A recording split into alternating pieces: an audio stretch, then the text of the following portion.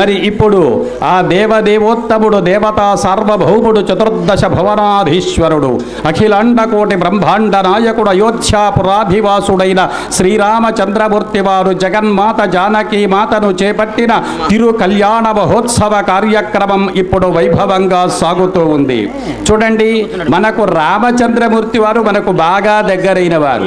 ఆ విష్ణుమూర్తి మత్స్య కూర్మ వరాహ నారసింహ వామన రామత్రయ బౌద్ధ కల్కి దశావతారాలని అనేక అవతారాలు ధరించిన రామచంద్రమూర్తి మనకు దగ్గరివాడు. ఎందుకు అన్నాడు, ఆ రామచంద్రమూర్తి మనలాగానే జీవితంలో కష్టాలు అనుభవించి దేనికి కూడా దిగులు పడకుండా బాధపడకుండా ఒక మానవుడు దేనినైనా సాధించగలడు అని నిరూపణ చేసినటువంటిది శ్రీరామ తత్వం. నేనెక్కడా దేవుణ్ణి అని రామచంద్రమూర్తి చెప్పలే, కృష్ణ పరమాత్మ క్షణక్షణం చెప్పారు. అప్పటి యుగము యొక్క ధర్మం అది, ఈ యుగము యొక్క ధర్మం అది. అందుచేత చూడండి, త్రేతాయుగంలోకి వచ్చేసరికి 12,96,000 సంవత్సరాలు కలిగిన త్రేతాయుగం. ఇప్పుడు 28వ కలియుగం జరుగుతూ ఉన్నది. రామాయణం ఎప్పుడు జరిగిందో తెలుసా? 24వ త్రేతాయుగంలో జరిగిందని పురాణాలు చెప్పాయి. అందుచేత 24వ త్రేతాయుగంలో జరిగితే గుర్తుపెట్టుకోండి, మహాభారత సంగ్రామము 5,000 సంవత్సరాలకు పూర్వము జరిగింది. రామాయణం చూస్తే 24వ త్రేతాయుగంలో రామచంద్రమూర్తి వచ్చారు. అంటే ఒక 4 మహాయుగాలు గడిచిపోయాయి. 43,20,000 సంవత్సరాలైతే అట్టగే 1,72,00,000 సంవత్సరాలైంది. ఆ తరువాత ద్వాపరం 8 లక్షలకు పైన. అంచేత 1,81,00,000 సంవత్సరాలకు పూర్వము రామచంద్రమూర్తి వారి యొక్క ఆవిర్భావము. అంచేత ఎప్పుడో 1,81,00,000 సంవత్సరాల నాడు రామచంద్రమూర్తి ఆవిర్భవించి ఈ రామరాజ్యాన్ని ఏర్పాటు చేస్తే ఇప్పుడు ఎవరైనా పరిపాలించిన రామరాజ్యమే అంటాం కానీ ఇంకెవ్వరి రాజ్యం అనేదానికి అవకాశం లేదు. అది రామచంద్రమూర్తి యొక్క పరిపాలనలో ఉన్న ప్రత్యేకమైనటువంటి స్థితి. అలాగే ఆ రామచంద్రమూర్తి అప్పుడు కాబట్టి మొన్నొచ్చిన ద్వాపర యుగంలో ఆ కృష్ణ పరమాత్మ నేను భగవంతుడని చెబితే గాని లీలలు ప్రదర్శిస్తే గాని మనము నమ్మలేని స్థితిలో ఉన్నాం. ఇక మళ్ళా కలియుగంలోకి వచ్చేసరికి ఆ స్వామి అదుగో 7 కొండల మీద కూర్చొని మీరెవరైనా ముడుపు 100 వేద్దామని వెయ్యకుండా వస్తే కొండ దెక్కుండా చేస్తాడు స్వామి. అంచేత భగవంతుని యొక్క లీలలు అలా మనకు కనిపిస్తూ ఉంటాయి. అంచేత మనలాగా ఒక మానవుడిగా జన్మించి జీవనాన్ని సార్థకం చేసుకొని ఒక మానవుడు ఏ పనైనా కష్టపడి సాధించగలడు, దేనికి దిగులు పడకూడదు, బాధపడకూడదు అని చెప్పేటువంటిదే ఆ రామచంద్రమూర్తి యొక్క అవతార విశేషం. కాబట్టి మరి అలాంటి మహానుభావుడు సీతమ్మను చేపట్టిన కళ్యాణ మహోత్సవం ఎప్పుడూ జరిగింది. మళ్ళా ఎందుకు మనం చేసుకుంటున్నాము అని అంటే ఆ సీతారాముల కళ్యాణాన్ని మళ్ళా మనం కనులారా తిలకిస్తున్నాం. నిత్య కళ్యాణ సంశోభితుడైనటువంటి స్వామి కాబట్టి ఆ కళ్యాణాన్ని దలుచుకొని మనకి వాడు ఉపయోగం. అవేళ ఆయన పెళ్లి చేసుకునేటప్పుడు ఆ కళ్యాణంలో ఏవేవో సంకల్పాలు చెప్పారు. అవి మనకి వాళ్ళ మన జీవన విధానంలో ఎలా ఉపయోగపడతాయి. సీతారాముల సంతానం మనం. వాళ్ళే ఈ జగత్తు అంతటి కూడా తల్లిదండ్రులైన విధంగా పోషణ చేసేటువంటి మహానుభావులు. కాబట్టి మనం ఏం చేస్తాం, మన పిల్లల యోగక్షేమాలు జాగ్రత్తగా విచారిస్తూ ఉంటాం. వాళ్ళకి ఏ రకమైన ఇబ్బంది కష్టము బాధ లేకుండా చేస్తూ ఉంటాం. ఆ రకంగా ఆ సీతమ్మ తల్లితో కూడిన కోదండరామస్వామి వారు అలా మనల్ని సంరక్షణ చేయటం జరుగుతున్నది. కాబట్టి ఒక్కసారి మనం కలియుగంలో చెప్పాం, రాత్రి చెప్పాం, నామస్మరణ గొప్పది. మీకు ఏం చేతగాపోయినా ఒకసారి ఆ నామం అన్నప్పుడు మనం గట్టిగా అంటే స్వామి సంతోషిస్తారు. జై శ్రీరామచంద్రమూర్తికి, జై సీతామాయికి, జై శ్రీ లక్ష్మణ స్వామికి, జై శ్రీ పవనసుత హనుమానుకు. అలా జయ జయధ్వాన పురస్సరమైనటువంటి విధముగా ఆనాడు వైభవమైన విధంగా జనక మహారాజు పెళ్లి పందిళ్ళు ఏర్పాటు చేయటం జరిగింది. మిథిలా నగరం, ఈ వింజనంపాడు గ్రామమే ఇప్పుడు మిథిలా నగరమైనటువంటి విధంగా తయారై ఉన్నది. అదుగో అయోధ్యాపురాధివాసుడైన శ్రీరామచంద్రమూర్తి వారు బంధుమిత్ర పరివార సమేతంగా ఆ అయోధ్య నగరంలో నుంచి బయలుదేరారు. ఈ మిథిలా నగరానికి చేరారు. కళ్యాణానికి దేవతా కోటి అంతా వచ్చి చూచారు. వాళ్ళు ఆనందించారు. ఆహా, కళ్యాణం అంటే సీతారాముల కళ్యాణమే అనుకున్నారు. ఇవాళ మనము ఆ కళ్యాణాన్ని తిలకించి పులకించి పరవశించి సీతారాముల అనుగ్రహ విశేషము చేత ఆయురారోగ్య ఐశ్వర్య ఐశ్వర్యాది సర్వాభీష్టములు పొందవచ్చు. అలాగే గుర్తుపెట్టుకోండి, వివాహము కావలసిన కన్యలు కొందరికి అబ్బాయిలకు కానీ అమ్మాయిలకు కానీ ఇలా పెళ్ళిళ్ళు అనుకుంటే వెనక్కు వెళ్ళిపోయి జరగని సందర్భాలు ఉంటాయి. అలాంటి వాళ్ళు వచ్చి ఇక్కడ శ్రద్ధగా ఉండి సీతారాముల కళ్యాణాన్ని తిలకించి ఆ తరువాత కళ్యాణ అక్షతలు ఉంటాయి. ఆ అక్షతలు శిరస్సున ధరించినట్టయితే తప్పకుండా వివాహాలు జరుగుతాయి. ఉన్న ఆటంకాలు తొలగిపోవటం జరుగుతుంది. ఇది సీతారాముల కళ్యాణ మహోత్సవంలో ఉన్న విశేష. సంసేవ్యమానం సదా విశ్వామిత్ర పరాశరాది మునిభిః సంస్తూయమానం భజే నీలారవింద రమణీయతను విలాసం రాకేందుధీధితి మనోహర మందహాసం లీలాకృత ప్రమథనాథ మనోవికాసం రామం రామం నమామి మణిభూషణ చారుభాసం. ఓం శ్రీలక్ష్మీ వల్లభారంభాం వికల్పశాంతయే. అయం ముహూర్త సుముహూర్తో అస్తు. సుముహూర్తకాలే సూర్యాదీనాం నవానాం గ్రహాణాం చ అత్యంత ఆనుకూల్యతా ఫలసిద్ధిరస్తు. లగ్నం సుజితం తదేవ తారాబలం చంద్రబలం తదేవ విద్యాబలం దైవబలం తదేవ లక్ష్మీపదే గృహీతం స్మరామి. యోగేశ్వరః కృష్ణో యత్ర పార్థో ధనుర్ధరః తత్ర శ్రీ విజయోర్బోధర్ధ్రవాణే ధర్మధర్మమ సకల కళ్యాణ భాజనం యత్ర జాయతే పురుషస్తమజం నిత్యం వ్రజామి శరణం హరిం. సర్వకార్యేషు నాస్తి తేషామమంగళం. తేషాం హృదయస్థో భగవాన్ మంగళాయతనం హరిః. లాభస్తేషాం జయస్తేషాం కుతస్తేషాం పరాభవః. తేషామిందేవరः శ్యామో హృదయస్థో జనార్దనః.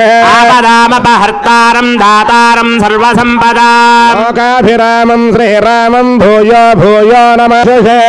దివే నమః పృథివ్యైః సప్రద సభాం మే గోపాయ. తేజసభ్యాः సభాసతః తానింద్రియావదః కురు. సర్వమాయరుపాసత. సర్వేభ్యః శ్రీమహాభాగవతేభ్యో నమః. భగవతో రుద్రే త్వయా ధృతా లోకా దేవీ త్వం విష్ణునా ధృతా. పంచధారయమాన్ దేవి పవిత్రం కురుజాసనం. అశేష జగదాధారమనంతం కూర్మరూపిణం. ఆసనస్య విశుద్ధ్యర్థం ఆత్మానం తం భజే హరిం. అనంతాసనాయ నమః. యం యోగాసనాయ నమః. విమలాసనాయ నమః. యం కూర్మాసనాయ నమః. భూషిత్యం కృత్వా ఆజమ్య. ఋగ్వేదః ప్రీణాతు సామవేదః ప్రీణాతు అథర్వవేదః ప్రీణాతు ఇతిహాసవేదః ప్రీణాతు మహేశ్వరః ప్రీణాతు సోమః ప్రీణాతు దిశః ప్రీణంతు వాయుః ప్రీణాతు ఇంద్రః ప్రీణాతు అగ్నిః ప్రీణాతు.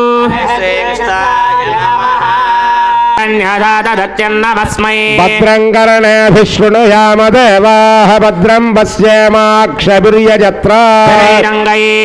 స్తుష్టువాగం స్వస్తనోభిర్వ్యసేమ దేవహితం యదాయుః. శతమిన్న శరదో అంతదేవానత్రానశ్చక్రాంజరసంతనోః. పుత్రాసో యత్ర పితరో భవంతి మానో మధ్యారీరిషదాయుర్గంతో. అతిథిర్ద్యోరతిథిరంతరిక్షర్మతిథిర్మాతా స పితా స పుత్రః. దేవాదితిః పంచజనా అతిథిర్జాతమతిథిర్జనిత్వం. సర్వే దేవాః ప్రియంతాః సర్వే ఋషయః ప్రియంతాః సర్వే పితరః ప్రియంతాః సర్వే గ్రహాః ప్రియంతాః సర్వే వేదాః ప్రియంతాః సర్వే యజ్ఞాః ప్రియంతాః. ఆరోగ్యమస్తు అవిఘ్నమస్తు అచలమైశ్వర్యమస్తు యత్వాపంత ప్రతిహతమస్తు యత్వ కర్మ సమృద్ధిరస్తు యజమానస్య గృహే గ్రామే సర్వధనధాన్య సంపూర్ణమస్తు.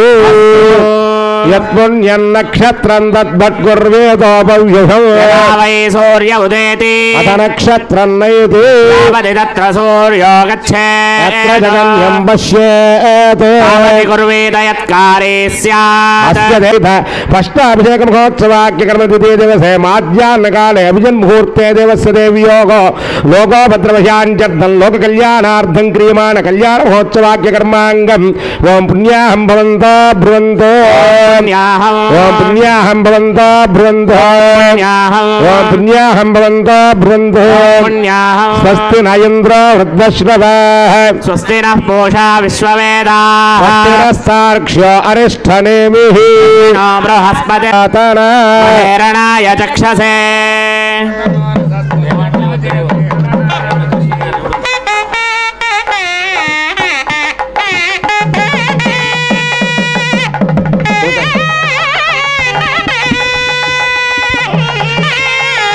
हिरण्यवर्णा सुजयः पावकाया सुजातः कश्यपोयास्मिन्द्रः नागर्भन्दगिरे विरूपास्तानः पश्य गोस्यो न भवन्तु राजवर्णो मदोष्णदस्वजयो या पावकास्तानः पश्य गोस्यो न भवन्तु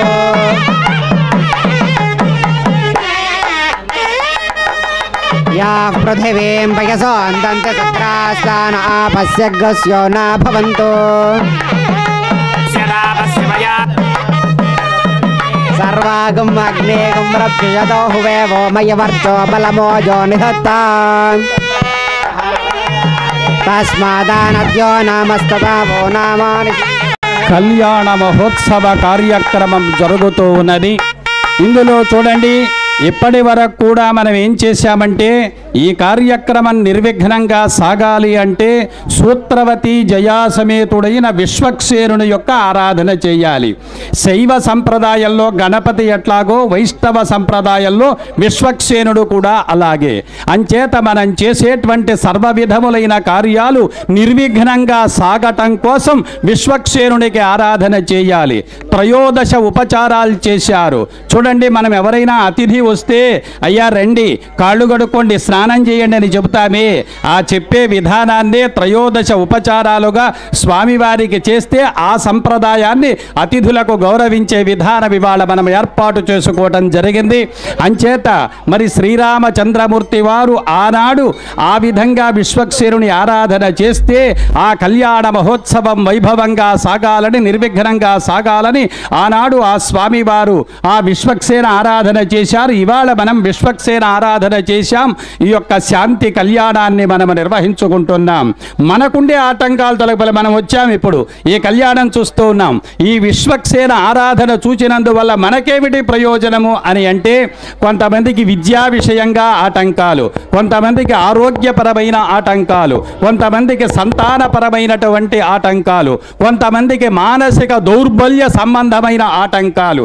ఇలాంటి ఆటంకాలు ఏవైతే ఉంటాయో ఆ ఆటంకాలన్నీ కూడా తొలగిపోవటం అనేది జరుగుతుంది. అందుకని ఏనాడో జరిగిన కళ్యాణాన్ని ఎందుకు చూడాలి? 1,81,00,000 సంవత్సరాలకు పూర్వము శ్రీరామచంద్రమూర్తి వారు సీతామాతను చేపట్టితే ఆ కళ్యాణ మహోత్సవాన్ని మనం ఇప్పుడు చేసుకుంటున్నామంటే ఉన్న ప్రయోజనమది. అలా ఆ విశ్వక్సేనుని యొక్క ఆరాధన చేశారు, బాగానే ఉంది. ఏమండి, ఇప్పుడు ఇక్కడ స్టేజీ కట్టాం, ఇది చాలామంది వచ్చారు, తొక్కారు, మీ ఇష్టమైనట్టు చేశారు, చేయాలి, మరి తప్పదు ఏర్పాట్ల కోసం. మరి స్వామివారు ఉన్నారు, అదుగో కళ్యాణమూర్తులను అక్కడి నుంచి మీరంతా ఎవరు పడితే వాళ్ళు మోసుకొని వచ్చారంటే ఎందుకంటున్నామంటే దానికి నియమం ఒకటి ఉన్నది. అయినప్పటికీ కూడా మీరు తేవాలి, లేకపోతే మేము తెచ్చే సాధ్యమయ్యేటువంటి పని కాదు. అందుకని మీరు అందరూ తెస్తే దాన్ని శుద్ధి చేయవలసినటువంటి స్థితి ఒకటి ఉన్నది. అందుకనే మనం అంటాం గృహ భూభాండ ఆత్మస్థల ద్రవ్య శుద్ధ్యర్థం. ఈ ప్రదేశాన్ని శుచిగా తెయ్యాలి. ఈ కళ్యాణానికి మీరు కొబ్బరికాయలు తెచ్చారు, ఆ కొబ్బరికాయలు తెచ్చేటప్పుడు వాడు తెచ్చేవాడు ఆ లారీలో పెట్టి దాని మీద ఎక్కి కూర్చొని ఉంటాడు తెచ్చేవాడు. మరి ఇవన్నీ బాగలేవు కదండి, ఎలా తెచ్చేశాం కదా, ఈ పూలు తెచ్చాం, రకరకాలైన ద్రవ్యాలు తెచ్చాం, ఈ ప్రాంగణాన్ని అంతా తొక్కాం, పెట్టాం, ఆ విగ్రహాలు తెచ్చి ఇక్కడ పెట్టాం, ఇవన్నీ శుచిగా తయారు చేయాలి. శుచిగా తయారు చేయాలంటే రెండే వస్తువులు, జలము, అగ్ని. జలము చేత శుద్ధి చేయాలి. సీతమ్మ తల్లిని సందేహించినప్పుడు అగ్నిలో ప్రవేశించింది జగన్మాత జానకి మాత. శుద్ధి చేసేవి రెండే వస్తువులు. అందుకనే ఇప్పుడు చూడండి, ఆ జలాన్ని తెచ్చి మన పైన చల్లారు. మొట్టమొదట చూడండి ఆ విగ్రహాలపై, ఎందుకని ఆ విగ్రహాలను శుద్ధి చేయాలి, ఈ పీటల మీద కూర్చుండే వాళ్ళను శుద్ధి చేయాలి, ఈ కళ్యాణం చెయ్యాలన్నా, వాళ్ళు చెయ్యాలన్నా, నేను చెప్పాలన్నా అందరము శుద్ధిగా తయారు కావాలి. అందుకని ఏం చేశారు అంటే గంగాది సమస్త నదుల యొక్క శక్తిని ఆ కలశం చూశారు. ఇప్పుడు ఆ బిందె చూశారు. దాంట్లో గంగా, భాగీరథి, కృష్ణవేణి, బాహుధా, భీమరథి, తుంగభద్ర, వేడుక, మలాపహారి, కావేరి, కృతమాల, తామ్రపర్ణి, విశోక, అర్జున, వంజుల, వేత్రవతి, వేగవతి, వశిష్ఠ, ప్రవర, చిత్రక, సరయు, సర్వపాప, కుశావతి, కుశోద్వర్తి, ఫల్గుని, కరతోయ, చర్మణ్వతి, ద్రోణద. ఇవి ప్రపంచంలో ప్రసిద్ధమైనటువంటి నదులు. అందుకని గంగాది సమస్త నదుల యొక్క శక్తిని ఆ కలశంలో చేర్చారు.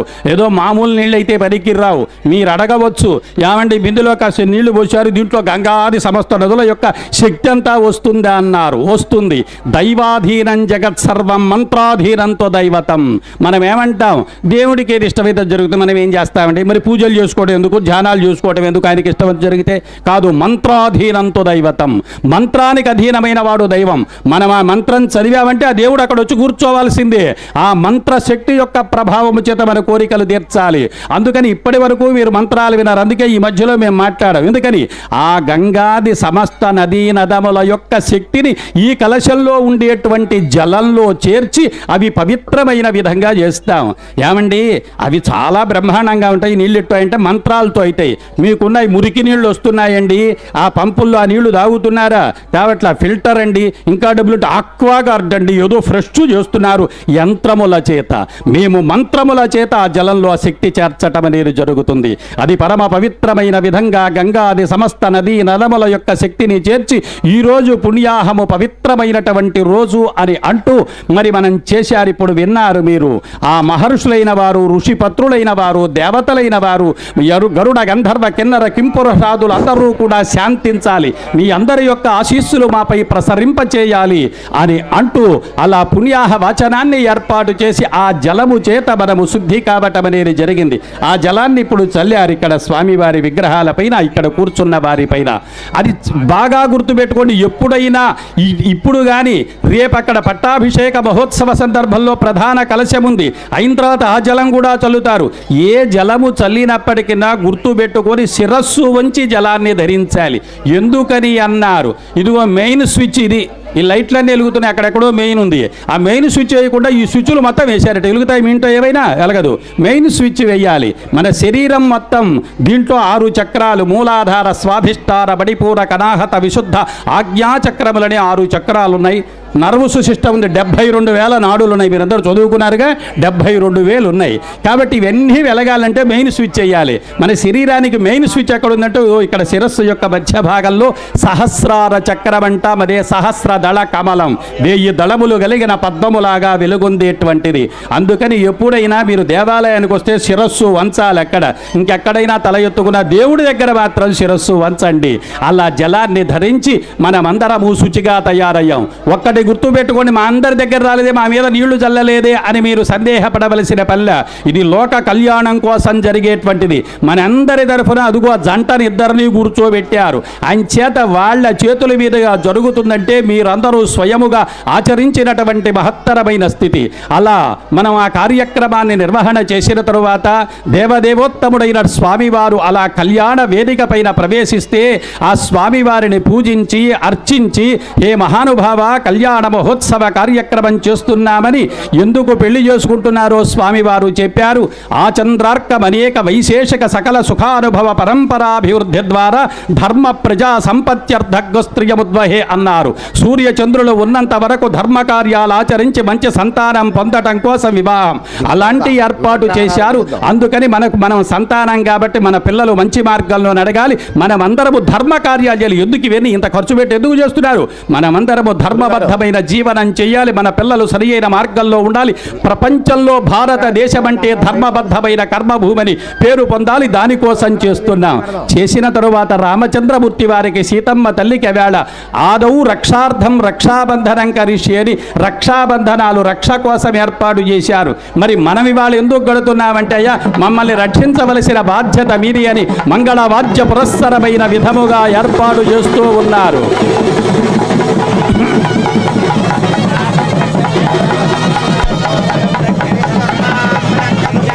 ఆనాడు రామచంద్రమూర్తి వారు బ్రహ్మదేవుడితో కూడిన అష్టదిక్పాలకుల యొక్క పూజ చేశారు. మీ ఇంట్లోకి రావాలి అంటే మీ అనుమతి కావాలా అక్కర్లేదు, లోపలికి రావడానికి వీల్లేదు. అలాగే ఆయన కూడా కళ్యాణం చేసుకోవాలి అని అంటే దిక్పాలకులను ప్రార్థించాలి. అయ్యా నేను కాస్త ఇక్కడ కూర్చొని కళ్యాణం చేసుకుంటానన్నాడు. పద్ధతి అయినప్పటికీ అందుకని ఈ సృష్టి చేసేవాడు బ్రహ్మదేవుడు కాబట్టి మధ్యలో బ్రహ్మదేవుణ్ణి ఏర్పాటు చేసి ఇంద్ర అగ్ని యమ నిరుతి వరుణ వాయు కుబేర ఈశానులనేటువంటి అష్టదిక్పాలకుల యొక్క పూజ చేయటం అనేది జరుగుతుంది. ఆ దిక్పాలకులను పూజించి సృష్టి చేసిన బ్రహ్మదేవుడు యొక్క అనుమతి తీసుకొని వాళ్ళ ఆశీస్సులు మనం పొందటం జరుగుతున్నది. అలాగే చూడండి నవగ్రహాలను పూజిస్తారు. మా దగ్గర 9 మంది డాక్టర్లు ఉన్నారండి. మీకు ఇంతకంటే కొత్త జబ్బేది రావటానికి వీల్లేదు. కంటికి జబ్బు వస్తే కంటి డాక్టర్ని, పంటికి జబ్బు వస్తే పంటి డాక్టర్ దగ్గరికి, గుండెకు బాధ వస్తే గుండె డాక్టర్ దగ్గరికి వెళతారా మీరు? అలాగే మా దగ్గర ఒక 9 మంది డాక్టర్లు ఉన్నారు. మీ జబ్బు ఏమిటో చెబితే ఏ డాక్టర్ దగ్గరికి వెళ్ళాలో చెబుతాం. అడ్రస్ చెబుతారు కదా, పలానా జబ్బు అంటే పలానా డాక్టర్ దగ్గరికి వెళ్ళంటే గుంటూరులో స్పెషలిస్టులు ఉన్నారని చెప్తారు. అదేవిధంగా నవగ్రహాలు మనందరికీ కూడా అనుగ్రహించి ఆ విశేషాలు కలిగించాలి. ఏమిటో చూడండి. ముందుగా సూర్య భగవానుడు యొక్క ఆరాధన చేస్తాం. సూర్యారిష్టేతు సంప్రాప్తే సూర్య పూజంచకారయేతు సూర్య ధ్యానం ప్రవక్ష్యామి ఆత్మపీడోపశాంతయే. సూర్య భగవానుడి వల్ల మనం ఆరోగ్యం భాస్కరాది చేతు. ఆరోగ్యం కావాలి. ఆరోగ్యంగా ఉంటే ఏదైనా చెయ్యండి చేస్తాం. ఆరోగ్యం లేకపోతే ఏం చేస్తాం? అంచేత ఆత్మజ్ఞానం కావాలండి. ఏమంటే అసలు మనం ఎందుకు పుట్టాము, ఏం చేస్తున్నాము, ఈ జీవాత్మను ఎక్కడ చేర్చాలి, పరమాత్మలో చేర్చాలి. ఆ తత్వాన్ని ఆ విశేషాన్ని కలిగించేవాడు సూర్య భగవానుడు. ఆరోగ్యం ఇచ్చేవాడు సూర్య భగవానుడు. కాబట్టి హే మహానుభావ సూర్య భగవాన మాకు ఆత్మ జ్ఞానాన్ని ప్రసాదించి ఆరోగ్యాన్ని ప్రసాదించమని సూర్య భగవానుడిని ప్రార్థిస్తాం. ఇక చంద్రుడికి సంబంధించి ప్రార్థన ఎందుకు అన్నారు చూడండి. ఒక ఆయన అన్నారు నాకు అన్ని భోగాలు ఉన్నాయండి, చిన్నప్పుడు తిందామంటేనేమో తిండి లేదు, పోనీ పెద్ద అయిన తర్వాత బాగా డబ్బులు సంపాదించాను తిందామంటే బీపీ షుగర్లు మనస్యేమో బాగుండదు, అన్నిటికంటే పెద్ద జబ్బు ఇది. అన్నీ ఉన్నాయి, అల్లుడి నోట్లో శని ఉన్నది అని మనకు చిన్న సామెత ఉన్నది. పాపం పెళ్లి చేశారు, కొత్తగా అల్లుడు పండగకు రానే వచ్చాడు సంక్రాంతికి. అత్తగారు తెల్లవారుజామునే లేచింది, హాయిగా టిఫిన్లని బ్రహ్మాండంగా చేసింది. కాఫీ టిఫిన్లు తాగాడు. 8 గంటలకు అయిపోయి ఇక పడుకున్నాడు. ఈయన ఇక విశ్రాంతి తీసుకోండి అన్నారు. వంటలు చేస్తున్నారు. లోపల గుమ గుమ గుమ గుమ వాసనలు వస్తున్నాయి. కొత్త అల్లుడు కొత్తగా వచ్చాడు, మంచి పిండి వంటలని బ్రహ్మాండంగా చేస్తున్నారు. అమ్మ మీరే చేయండి, అక్కడ షాపుల్లో అమ్ముతున్నారు కానీ అవి తెచ్చి పెట్టవాకండి, మీరే స్వయంగా చేసి మీ అల్లుళ్లకు పెట్టండి. అలా ఆమె ఏర్పాట్లు చేస్తూ ఉన్నది. ఈయనకు 11 గంటలకు 104 జ్వరం వచ్చింది. వచ్చిన అల్లుడికి ఎప్పుడైతే 104 జ్వరం రావటం జరిగిందో డాక్టర్ దగ్గరికి తీసుకొని వెళితే అయ్యా చారన్న తప్పితే ఇంకేమి తినడానికి వీలు లేదు అన్నారు. అత్తగారేమో వంట చేసింది, ముక్కు పుటాలు అదిరే వాసన వస్తుంది, తినడానికి అవకాశం లేదు. అదే అల్లుడి నోట్లో శని ఉండటం అనేది. మరి మిగతా వాళ్ళు దొరుకుతుంటారు, అయ్యో అల్లుడు తినలేదులేమని చెప్పేసి వాళ్ళు తినేస్తూ ఉంటారు. వాడికి లేదు.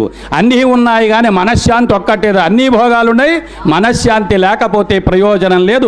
అలాంటి మనశ్శాంతి మాకందరికీ ప్రసాదించవలసిందని సూర్య చంద్రుడిని మనం ప్రార్థిస్తున్నాం. కొంతమంది ఉన్నారు ఎప్పుడూ రోగాలు వస్తూ ఉంటాయి. ఎప్పుడూ రోగాలే. దేనివల్ల వస్తుంటాయి? ఆ కుజుడు యొక్క అంటే అంగారకుడు యొక్క అనుగ్రహం సరిగ్గా లేకపోతే రోగాలు వస్తాయి. కాబట్టి ఏ మహానుభావ మాకే విధమైన రోగ బాధలు లేకుండా చేయవలసింది అంటూ అంగారకుడు యొక్క ప్రార్థన చేస్తాం. అట్లాగే మంచి బుద్ధి వైభవం ఇచ్చేటువంటి వాడు బుధుడు కాబట్టి బుధుడు మంచి బుద్ధినివ్వాలి అని ప్రార్థించాలి. అలాగే బృహస్పతి సంతానాన్ని ఇచ్చేవాడు, సంతానము లేని వారికి సంతానాన్ని ఇచ్చేవాడు, ఉన్న సంతానాన్ని సరి అయిన మార్గంలో నడిపించేవాడు బృహస్పతి కాబట్టి అయ్యా మంచి సంతాన విభవన ఆయన ప్రార్థన. భార్యాభర్తలు అన్యోన్యమైన విధంగా ఉండాలి. ఒకరి మాట ఒకరు వినకపోతే ఓ డాక్టర్ గారు ఆయన శుక్రుడు, ఆయన ప్రార్థిస్తే భార్యాభర్తలు అన్యోన్యమైన విధంగా ఉంటారు. అప్పుడప్పుడు మనకు ప్రాణాపాయమైన స్థితులు ఉంటాయి. అమ్మయ్య చచ్చిబతికాడు అంటుంటారు మామూలు భాషలో మాట్లాడితే. అటువంటి ప్రాణాపాయమైన స్థితులు తొలగించేవాడు శని. అట్లాగే కంటికి సంబంధించిన బాధలు, కంటికో పెద్ద జబ్బు ఉంది, ఏది చూస్తే అది కావాలంటాం, తప్పు చూస్తే తప్పులేదని కావాలంటే పెద్ద జబ్బు. ఇలాంటి కంటికి సంబంధించిన బాధలు కానీ కంటికి వచ్చే రోగాలు కానీ పోగొట్టేటువంటి వాడు రాహువు. మాకందరికి కూడా కంటి బాధలు లేకుండా ఏ వస్తువు చూస్తే అది కావాలని కాకుండా కావలసిన వస్తువు కావాలని బుద్ధి పుట్టాల. అది వద్దంటే ఇబ్బంది, నాకు భార్య వద్దు, నాకు పిల్లలు వద్దు చూడండి అంటే తప్ప అవి చూడాలి, అనవసరమైనవి చూడకూడదు. జ్ఞానము కేతువునిచ్చేవాడు కాబట్టి మనం జ్ఞానం వల్ల మొత్తాన్ని పొందవచ్చు. ఇప్పుడు చూచారు మొత్తం 9 మంది డాక్టర్లు చెప్పారు, ఇంతకంటే కొత్త జబ్బు లేదు, ఎందులో ఓ దాంట్లో జారతాయి. ఒక్కొక్కరు ఎముకలకు నరాలకు స్పెషలిస్టులు ఉన్నారు ఈ 9 మంది. అంచేత అలా వారి అనుగ్రహం మనందరికీ కావాలి అని బ్రహ్మ సహితమైన అష్టదిక్పాలకులు ఆదిత్యాది నవగ్రహముల యొక్క ఆరాధన ఆనాడు శ్రీరామచంద్రమూర్తి వారు ఆచరించారు, ఇప్పుడు ఆచరిస్తున్నారు. తిలకించండి.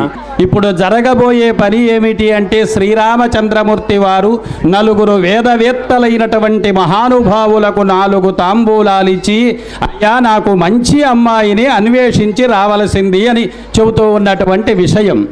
అక్కడ రామచంద్రమూర్తి వారు అలా ఏర్పాటు చేస్తుంటే ఇక్కడ జగన్మాత జానకీ మాతతో అమ్మలగన్న అమ్మ అయిన జగన్మాత యొక్క పూజ ఇస్తున్నారు. మీకు సందేహం కలగవచ్చు, ఎవరైనా సరే ఈ పెళ్లిళ్ళు జరిగే సందర్భంలో మీరు ఇప్పుడు గౌరీదేవి యొక్క పూజ చేస్తారు. ఆనాడు రుక్మిణీదేవి కూడా చేసింది. నంబితి నామనంబున సనాతనులైన ఉమామహేశులన్ మిమ్ము పురాణ దంపతుల మేలు భజింతు గదమ్మ మేటి పెద్దమ్మ దయంబురాశివి గదమ్మ హరిన్పతి చేయుమమ్మ నిన్ను నమ్మిన వారికన్నటికి నాశము లేదు గదమ్మ ఈశ్వరి. అమ్మవారితోటి పూజ చేయించి మా అమ్మాయి కూడా మంచి భర్త కావాలి అని 4 తాంబూలాలు మిథిలా నగరం నుంచి, 4 తాంబూలాలు అయోధ్య నుంచి 4 పెద్దలు బయలుదేరి రావటం జరుగుతూ ఉన్నది. ఇదేమిటండి ఇప్పుడు అబ్బాయిని అమ్మాయిని అన్వేషించడం ఏమిటి? ఈ విచిత్రమైన సన్నివేశం ఏమిటి? లోకంలో ఎలా ఉంటుంది అంటే పెళ్లి కుమార్తె ఏమనుకుంటుంది, కన్యా వరయతే రూపం. పెళ్లి కుమార్తె అనుకుంటుంది అందమైన భర్త కావాలి అనుకుంటుంది. మాతావిత్తం పెళ్లి కుమార్తె యొక్క తల్లి ఏమనుకుంటుంది, కాస్త డబ్బు కలిగిన అల్లుడు కావాలి అనుకుంటుంది. పితాశ్రుతం పెళ్లి కుమార్తె యొక్క తండ్రి ఏమనుకుంటాడంటే పేరు ప్రతిష్టలు కలిగిన అల్లుడు కావాలి అనుకుంటాడు. బాంధవ కుల విచ్ఛంతి బంధువులు ఏమనుకుంటారంటే మన కులంలో ఉన్న అమ్మాయిని చూసుకుంటే చాలు అనుకుంటారు. మృష్టన్నమితరే జనా ఇతరులు ఎవరైనా వస్తే పెళ్లిలో సుష్టుగా భోజనం పెట్టారా లేదా అని చూస్తారు. ఇది లోక సహజమైన విషయం. అంచేత జనక మహారాజు గారు ఆలోచిస్తున్నారు, మా సీతమ్మ తల్లి పెద్దదైంది, మీకు తగిన వరుడు ఎప్పుడు ఎక్కడ ఎలా లభిస్తాడా అని ఆలోచిస్తూ కులేన వయసాచ పిశీలేన రూపేణ అర్ధేన సంయుక్త కస్మై దత్వా సుఖం లభేతు. కులము వయస్సు రూపము శీలము గుణము అన్నిట తగిన వరుడు మా అమ్మాయికి ఎప్పుడు ఎక్కడ లభిస్తాడా అని తల్లిదండ్రులు ఆలోచిస్తుంటారు.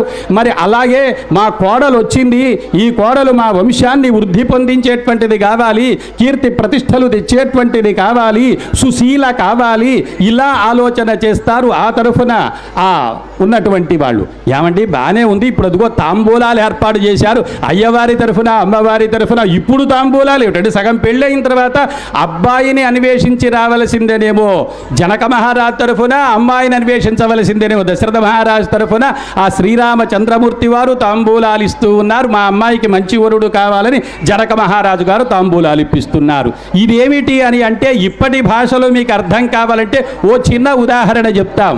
మీరేదైనా పెళ్లికి వచ్చిన తర్వాత ఏం చేస్తారు, అమ్మాయి తరఫున వచ్చారనుకో పెళ్లి కొడుకు ఎవరు, వాళ్ళ విశేషాలు ఏమిటి, వాళ్ళ గోత్ర సూత్ర విశేషాలు ఎక్కడుంటారు, ఏం చేస్తారని అడుగుతారే, అవన్నీ గుర్తు చేస్తుంటారు. ఇప్పటి భాషలో చెప్పాలి అంటే అసెంబ్లీ సమావేశాలు జరగటం లేదు, ప్రభుత్వం వారికి చట్టం చేయాలనే కోరుకున్నది, సమావేశాలు జరగటం లేదు కాబట్టి ఆర్డినెన్స్ జారీ చేశాము అంటారు. ఆ ఆర్డినెన్స్ తాత్కాలికంగా పనిచేస్తుంది, చట్టసభలో పెట్టి ఆమోద ముద్ర పొందినప్పుడు అది చట్టం అవుతుంది. శ్రీరామచంద్రమూర్తి వారు ఆ మిథిలా నగరాన్ని చేరి శివధనుర్భంగము చేసి సీతమ్మను చేపట్టడానికి జరిగిన ఏర్పాట్లన్నీ కూడా ఉన్నాయే. ఆనాడు జనక మహారాజుగా దశరథుడికి విషయాలని చెప్పారు, వాళ్ళ గోత్ర సూత్ర విశేషాలు పరస్పరం చెప్పుకొని ఈ పెళ్లికి ఏర్పాట్లు ఆనాడు చేసుకుంటే మళ్ళా ఎందుకు ఇలా చేస్తున్నారు అని అంటే దానికి ఆమోదం, చట్టం చేయాలి అంటే సభలో ఉండాలి. అందుకని ఆనాడు శ్రీరామచంద్రమూర్తి వారు ఆ వివాహం జరుగుతూ ఉన్నటువంటి ఆ సందర్భంలో ఆ కళ్యాణ మహోత్సవంలో దానికి వచ్చారు అందరూ చూడటానికి. సమస్తమైన దేవగణం వచ్చేసింది, మహర్షిగణం వచ్చేసింది. ఆ సమయంలో వాళ్లకు ఆమోద ముద్ర వేసినటువంటిది. అందుకని ఇప్పుడు మళ్ళా చెప్పాలి ఎలా జరిగింది ఏమిటని వచ్చిన వాళ్ళందరికీ చెబుతున్న సన్నివేశం అదుగో కన్యావరణాలు.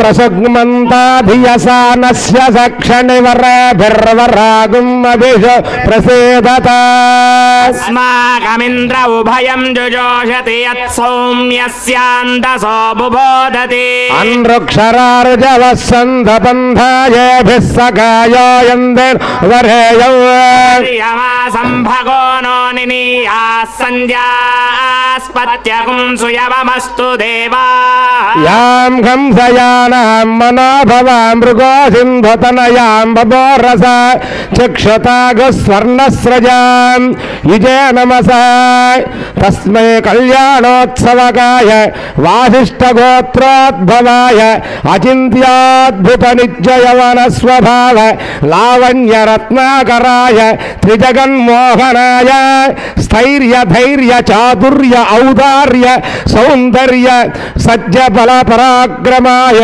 పుంసాన్మోహన రూపాయ త్రిజగన్మోహనాయ శ్రీరామచంద్ర పరబ్రహ్మణే వరాయ చతుస్సాగర పర్యంతం గోబ్రాహ్మణేభ్యః శుభం భవతు. అచింత్యాద్భుత నిశ్చయవన స్వభావ లావణ్య రత్నాకరీం గౌతమశగోత్రజాం తుల్య కులశీల వయోవృత్త చాతుర్య ఔదార్య సౌందర్య భక్తి శ్రద్ధా వినయనయదాక్షదాక్షిణ్యాది లక్షణ లక్షిత సకల భూషణ భూషిత మందకసిత వికసిత ముఖారవింద స్వచ్ఛయానువర్తి కన్యకామణిం మహాలక్ష్మీ స్వరూపిణీం సీతాదేవీ నామ్నీం ఇమాం కన్యాం వృణీమఘే భగవదర్థం కన్యాం వృణేధ్వం లక్ష్మ్యర్థం హరిం వృణేధ్వం. అదుగో ఏర్పాట్లు చేశారు.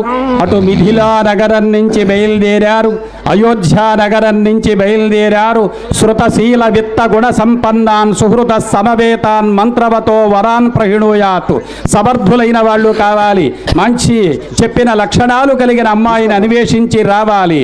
అందుకని అయ్యవారి తరఫున వచ్చారు. మరి అయ్యవారెవరో, వారి గోత్రమేమిటో సూత్రమేమిటో విశేషమేమిటో కూడా ప్రత్యేకంగా తెలియచేయాలి. కాబట్టి అదుగో అలాంటి ఏర్పాటు చేస్తూ ఉన్నారు.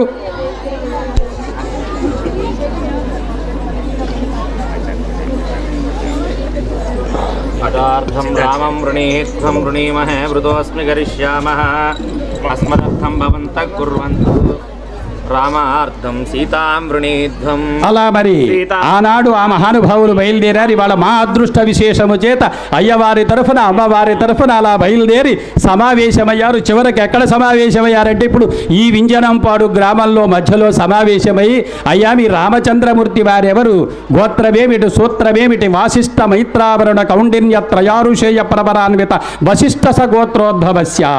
వశిష్ఠ గోత్రంలో పుట్టినటువంటి మహానుభావుడు ముత్తాతగారు నాభాగ మహారాజు గారు, తాతగారు అజమహారాజు గారు, తండ్రి గారు దశరథ మహారాజు గారు. ఆ మహానుభావుడు చతుర్దశ భువనాధీశ్వరుడు, అఖిలాండ కోటి బ్రహ్మాండ నాయకుడు, తత్వాతీతుడు, సూర్య వంశ పావనుడైనటువంటి శ్రీరామచంద్రమూర్తిని అయ్యవారి విశేషాలు తెలియజేశారు. జై శ్రీరామచంద్రమూర్తికి. మోహన రూపాయ పుణ్యశ్లోకాయ మంగళం. పెళ్లి కొడుకు కొత్త ఊరు నుంచి, అమ్మాయి మన ఊళ్ళో ఉందనుకోండి, పెళ్లి కొడుకు వేరే ఊరు నుంచి వస్తే ఎవరిని చూస్తారు? అబ్బాయినే చూస్తాం. మన ఊళ్ళో అమ్మాయి కదా, మనం చూసాం కదా అనుకొని ఆ మిథిలా నగరంలో ఉన్న వాళ్ళ అమ్మాయిని పట్టుచుకొట్టేదటండి. అయ్యవారు వస్తున్నారు బ్రహ్మాండంగా. అయోధ్య నగరం నుంచి వచ్చారట శ్రీరామచంద్రమూర్తట, శివధనుర్భంగం చేసిన మహానుభావుడట, తాటకా సంహారం చేసిన వాడటని ఒక్కొక్క విషయాలన్నీ గుర్తు తెచ్చుకుంటూ ఆనంద పారవశ్యమైన స్థితిలో ఆ ప్రజలంతా చూస్తున్నారు. శ్రీరామచంద్రమూర్తి వారు అలా సంచారం చేసుకుంటూ వైభవంగా ఊరేగింపు అంటాం. ఏమిటి ఊరేగింపు? ఊరు ఎరిగింపు, ఊరుకు తెలియచేయటము అని అర్థం. అదుగో ఆ పెళ్లి కుమారుడు అలా విచ్చేస్తూ ఉంటే ఆ జరిగిన సన్నివేశాల్లో మనం చూస్తాం. మరి పెళ్లి కొడుకు వస్తే రాగానే ఏం చేయాలంటే ఆ బస్సు దగ్గరికి పోయి చిన్న దిగ్గానే కాళ్ళు కడగాలనా, కాళ్ళు కడిగి తీసుకొని రావాలి. అదిగో ఆ స్వామివారు అలా విచ్చేస్తుంటే ఆ స్వామివారికి మొదటగా పాద ప్రక్షాళన చేసి స్వామివారిని పూజించి గౌరవించి ఉన్నతమైన ఆసనం ఇచ్చి ఆ ఆసనంపై స్వామిని కూర్చోబెట్టి ఆ మహోత్సవ కార్యక్రమం యొక్క నిర్వహణకు సిద్ధమవుతున్నారు మా స్వాములు. లక్ష్మీనారాయణ ప్రసాదేన ఆచంద్రార్గమశేష వైశేషిక శుభ సౌభాగ్య సౌమనస్య నిత్య నిరతశయానంద నవాభ్యుదయ శ్రీ వైకుంఠాలోకావాప్త్యర్థం ఏకవింశతి సంఖ్యాక ఉభయ వంశోత్తారక షోడశ మహాదానాంతర్వ్యక్తి సాలంకృత కన్యాదాన పూర్వగామిని శ్రీ మహావిష్ణుస్వరూపం రామచంద్ర పరబ్రహ్మం మధుపర్కేణ పూజయిష్యే. రాష్ట్రపదస్యాచార్య సంధి రాష్ట్రపృతస్య పత్న్యా సంధి మాత్వద్యోషకం అదావనీదం పరమం పవిత్రం సురేశ వీర్యాదితమస్సు రక్షా సన్నిధిం దప్తలిప్తే ఆపః పాదావనే జనేర్ద్విషంతం నాశయంతు మే. భజంత్రీలు బ్రహ్మ గడిగిన పాదము కీర్తన. సహస్రమూర్తయే సహస్రపదాక్షి శిరోరుబాహవే సహస్రనామ్నే భుజాయ శాశ్వతే సహస్రకోటియుగధారిణే నమః.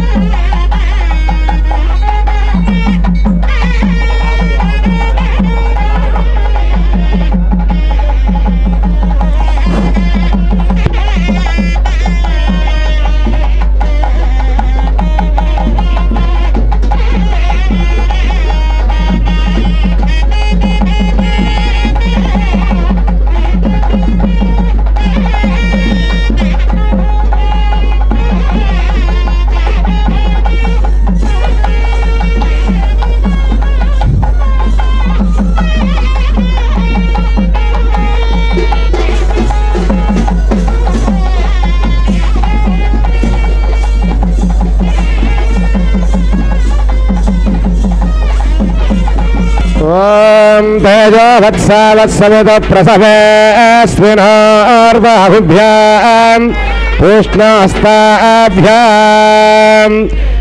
శ్రీమద్ అఖిలాండకోటి బ్రహ్మాండ నాయకుల వింజనంపాడు గ్రామంలో వేంచేసి ఉన్న హనుమత్ లక్ష్మణ సీతా పరివార సమేత కోదండరామస్వామి వారి కళ్యాణ మహోత్సవమైన తమ భక్తుల దాసానుదాసులు శ్రీనివాసరావు గారి దంపతులు స్వామివారికి భక్తితో నమస్కరించి ఇచ్చినటువంటి పట్టు సుచేలద్వయం మధుపర్కద్వయం. జై శ్రీరామచంద్రమూర్తికి. ఆనాడు వైభవమైన విధంగా జనక మహారాజు గారు ధర్మపత్నితో కూడి శ్రీరామచంద్రమూర్తి వారి యొక్క పాద ప్రక్షాళన చేశారు. సాక్షాత్తు నారాయణుడే శ్రీరామచంద్రమూర్తి వారు కాబట్టి అదుగో ఆ కాళ్ళు గడిగిన పవిత్రమైన జలాన్ని మన శిరస్సు పైన ఉంచుతున్నాడు. ఆనాడు జనక మహారాజు తన జన్మ సార్థకమైన విధంగా భావించారు. ఒక్కటి ఆలోచించండి, స్వామి పాద ప్రక్షాళన చేశామంటే ఎక్కడ గంగా నది విష్ణువు యొక్క పాదాల్లో నుంచి ఆవిర్భవించింది. అందుకే ఆ పవిత్రమైన జలాన్ని ఇవాళ మన శిరస్సున ధరించినట్టయితే మన పాపాలన్నీ పటాపంచలు కావటం జరుగుతుంది. ఎలాంటిది ఆ పవిత్రమైన గంగా?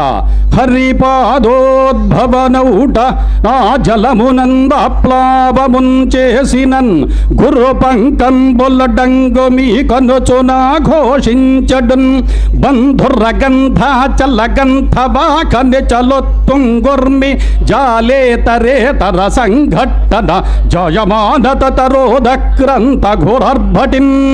అది పవిత్రమైన గంగా ప్రవాహం ఆ విష్ణువు యొక్క పాదాల్లో నుంచి ఆవిర్భవించినటువంటిది. ఆ శ్రీరామచంద్రమూర్తి వారు సాక్షాత్తు నారాయణుడు, లోక సంరక్షణ కోసం ఆవిర్భవించినటువంటి స్వామి, రావణ కుంభకర్ణాదుల సంహారము కోసం ఆవిర్భవించిన ఆ స్వామి, ధర్మస్థాపన కోసం ఆవిర్భవించిన స్వామి. అంచేత ఆ శ్రీరామచంద్రమూర్తి వారి కాళ్ళు కడిగితే ఆ కాళ్ళు కడిగిన జలము పవిత్రమైన గంగా జలమవుతుంది. అందుకే పెద్దవాళ్ళు చిన్నవాళ్ళ కాళ్ళు ఎందుకు కడుగుతారు? పెళ్లిలో మామగారు పెద్దవాడు కదా, అల్లుడి కాళ్ళు కడిగి కన్యాదానం చేయాలనే పెద్దవాళ్ళు ఏమిటి, చిన్నవాళ్ళ కాళ్ళు కడగటం ఏమిటి అని మనకు చిన్న సందేహం కలుగుతుంది. పెళ్లి అయ్యేంత వరకు పెళ్లి కుమారుడు శ్రీ మహావిష్ణు స్వరూపస్య వరస్య, ఆయన విష్ణు స్వరూపమైన వాడు, అమ్మాయి లక్ష్మీ స్వరూపమైనది. పెళ్లి మొత్తంలో కూడా వచ్చే మాటలు ఆ రకంగా ఉంటాయి. విష్ణు స్వరూపుడు కాబట్టి విష్ణుమూర్తి వారి యొక్క కాళ్ళు కడిగినట్టే. విష్ణువు యొక్క పాదాల్లో నుంచి వచ్చినటువంటిది గంగా నది కాబట్టి ఆ నీళ్లు శిరస్సును కూడా చల్లుకుంటారు మామగారు మామూలు పెళ్లిళ్లలో కూడా. అలా చల్లుకున్నారంటే అర్థమది అదుగో పవిత్రమైన గంగా జలాన్ని అలా మనమందరము ధరించాలి జరిగింది. ఆమాగన్యసా వర్చసా సగం సుజాపయసా తేజసా చ తమ్మా ప్రియం ప్రజానాం కుర్వతి పతిం వసోనాం సముద్రం వప్రహిణోమి స్వామ్యోనిమపి గచ్చత అచ్ఛిద్ర ప్రజయా భూయా సమ్మాపరాశే చమత్పయః యన్మధునో మధవ్యం పరమమన్నాద్యం వీర్యం తేనాగం మధవ్యేన పరమేణాన్నాద్యేన వీర్యేణ పరమోన్నాదో సాని తేజశయత్వా శ్రేషశ బలాయాన్నాద్యాయత్రాస్నాది యోగే యోగే తమస్వరం వాజే వాజే కవామఖే ఇంద్రమూతయే జన్నో దేవేరభిష్టయ ఆపో భవంత పీతయే విశ్రవంతునః గాం యజ్ఞో వర్ధతాం. గోదానం చేశారు. కన్యాదానం చెయ్యాలంటే మనం కూడా గోదానం చేయాలి. ఇప్పుడు చదివిన మంత్రం అంతా ఉంటుంది. ఊరిక ఏదో డబ్బులు ఇచ్చేసి గోదానం చేశామంటున్నాం. ఎందుకు గోదానం చెయ్యాలి? గవామంగేషు తిష్టంతి భువనాని చతుర్దశ. మిమ్మల్ని తీర్థయాత్రలన్నీ చేయండి, నదుల్లో స్నానాలు చేయండి, ఆ దేవాలయాలన్నీ సందర్శించండి, క్షేత్రాలన్నీ సందర్శించండి అంటే అందరికీ సాధ్యమవుతుంది? సాధ్యం కాదు. అందుకని భగవంతుడు మనకు ఒక ఆవును ఏర్పాటు చేశాడు. దాంట్లో ఏం చేశాడంటే ఈ 14 లోకాలు కింద 7 అతల వితల సుతల తలాతల రసాతల మహాతల పాతాళములు, ఇక్కడి నుంచి 7 భూలోక భువర్లోక సువర్లోక మహర్లోక జనలోక తపోలోక సత్యలోకం. ఈ 14 లోకాల్లో ఉండే దేవతలు, 14 లోకాల్లో ఉండే నదీ నదములు, ఈ 14 లోకాల్లో ఉండే సర్వశక్తులు మొత్తం తెచ్చి గోవులో పెట్టారు. అందుచేత ఆ గోవు అంత పరమ పవిత్రమైనటువంటిది. ఇప్పుడు మనం సుఖంగా ఉన్నామంటే ఒకప్పుడు ఆవు పాలు దొరకాలంటే చాలా అవస్థపడేవాళ్ళం. ఇప్పుడు మనకు విరివిగా ఆవు పాలు దొరుకుతాయి. వాళ్ళ సుబ్రహ్మణ్య షష్ఠి ఏదో ఆయన పాలు పోద్దామంటే పాలు దొరక వెనకటి రోజుల్లో ఎవరికో ఒకళ్ళకుంటే అవస్థపడేది. గోవులను మనం బాగా పోషిస్తున్నామనడానికి ఇది ఒక ప్రతీక అయినటువంటిది. ఆ గోవులను పోషిస్తే, గౌరవిస్తే, పూజిస్తే మనం సుఖంగా ఉండటం జరుగుతుంది. గోబ్రాహ్మణేభ్య శుభం భవతు అన్నారు. గోవులు బ్రాహ్మణులు సుఖంగా ఉండాలి అన్నారు. అదిగో గోవులు అందుకుండాలి. ఆవు పాలు, ఆవు పెరుగు, ఆవు నెయ్యి ఇవన్నీ మీరు అక్కడ చూస్తున్నారు. ఆ హోమంలో వాడతాం, అభిషేకాల్లో పూజల్లో వాడతాం. బ్రాహ్మణులు ఉండాలి. అంటే బ్రాహ్మణులు ఒక్కలేని మిగతా వాళ్ళు అక్కర్లేదా అని మీరు అడగవచ్చు. మేము ఇంత కార్యక్రమం చేయించిన తర్వాత చేయించడానికి బ్రాహ్మణుడు కావాలి. దీన్ని ఏం చెబుతాం?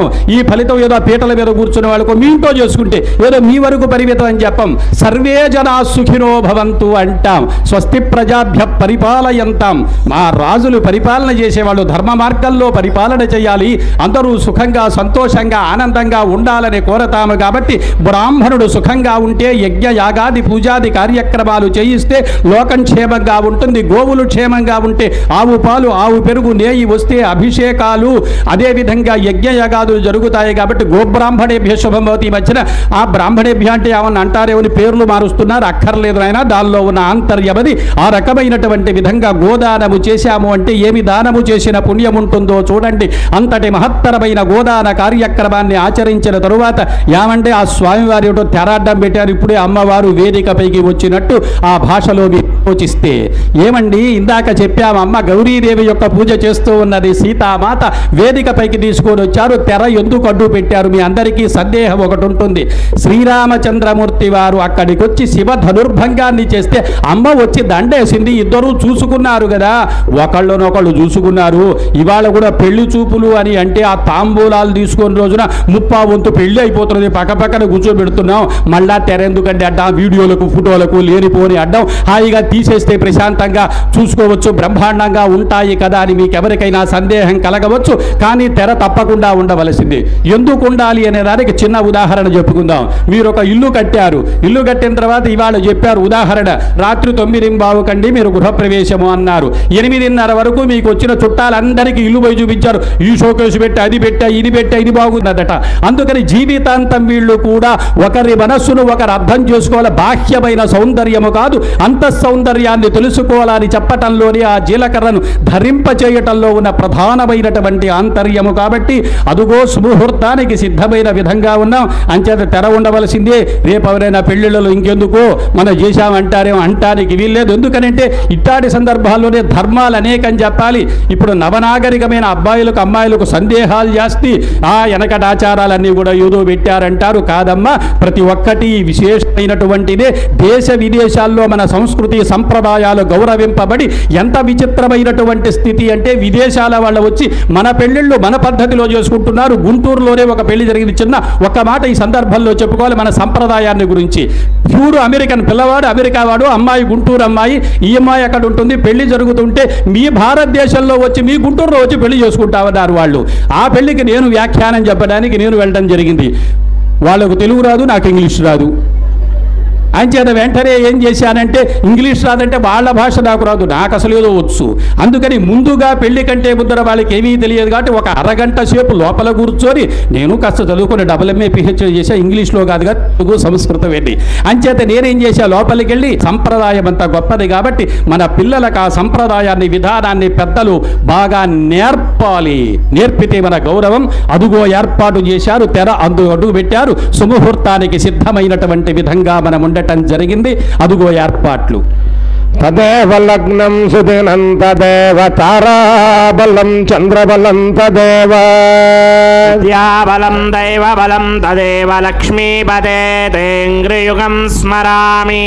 శ్రీసాకేతపురీశ్వరే దశరథే పుత్రీయ నాణ్యధ్వరే క్షీరాన్నం ప్రతిపాదయచ్చతి గతం దృష్ట్యా భదుద్వస్వయం కృత్వాత్మానమవాతరక్షిపితలే యోసౌ చతుర్ధా హరిః సశ్రీమాన్ జగదేకమోహనవపుర్ దద్యాత్ సదా మంగళం. గాధేయానుచరో నిశాచరవధూ ప్రాణాపహర్త మఖత్రాత మౌనికళత్రశాపహరణో ధన్వీ ధనుర్భంజక ప్రీతో మైథిలికన్యక పరిణయాధృతోపసేవీ సదా శ్రీరామో జమదగ్నిజస్మజహరో దద్యాత్ సదా మంగళం. कैकेयी प्रणयेन राज्ञि विवसे मातुः प्रियं चिन्तयन् स्वाच्छन्देन सहानुयात्यवरदे तद्वत्कलत्रेभ्यः गत्वारण्यमुपेत्यदा सपतिना सख्यं मुनीन्द्रैः स्तुतः श्रीरामकृतचित्रकूटवसतिर्दद्यात् सदा मङ्गलम्. సోదం కళ్యాణం కమనీయ కోమలకరైరాద్రాక్షతారోపణం కన్యాదాన పురస్సర గురుకవి బ్రహ్మోదిజోనుగ్రహాత్ బాక్వోకంకణబంధనం దధిగుణం మాంగళ్యసూత్రాన్వితం సీతారాఘవయోర్వివాహ సమయే దేయాదిదం మంగళం.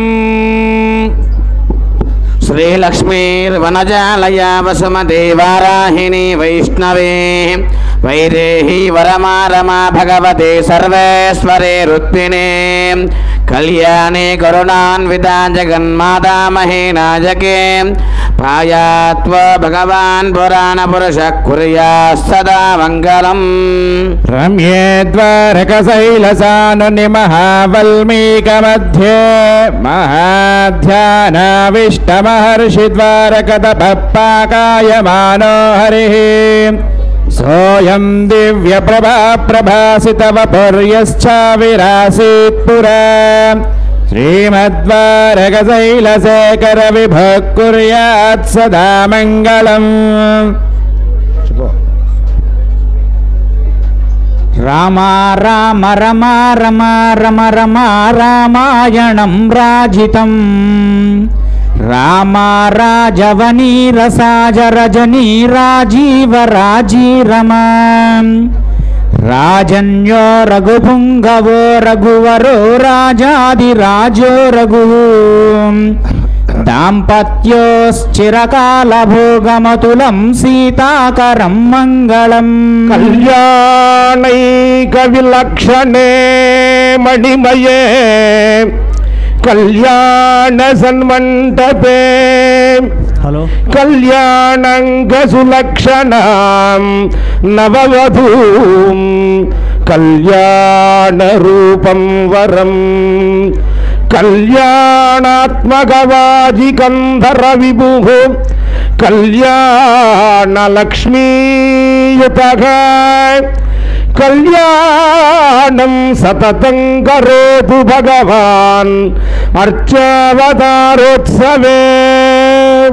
కాంచామండజ వాహనోత్సవనతాభీష్టార్పణే పండితః కోదండాయుత ఖండితాసురలసత్ బ్రహ్మాండ బాండోదర వేదండార్తిహరస్త్రిదండయతిభిర్దండ ప్రమాణాధృతో వేదండాచలరాట్ భవన్ దిశతు నః అస్మిన్ వివాహోత్సవే.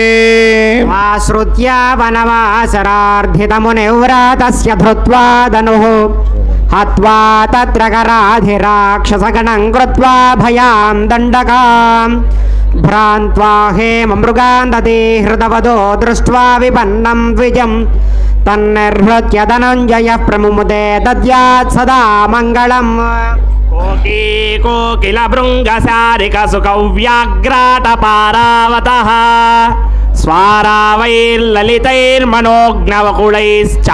స్వారావైర్లలితైర్మనోజ్ఞవకుళైశ్ఛాయాద్రుమైరేదితే హర్మిన్రుకానుండ్రగః డింభః కుంభడి కుంభకుంభగహనో ఢీంకారమోడిండిమో డోలాడుండు భాండు నిలయః కుర్వంతు వామంగళం.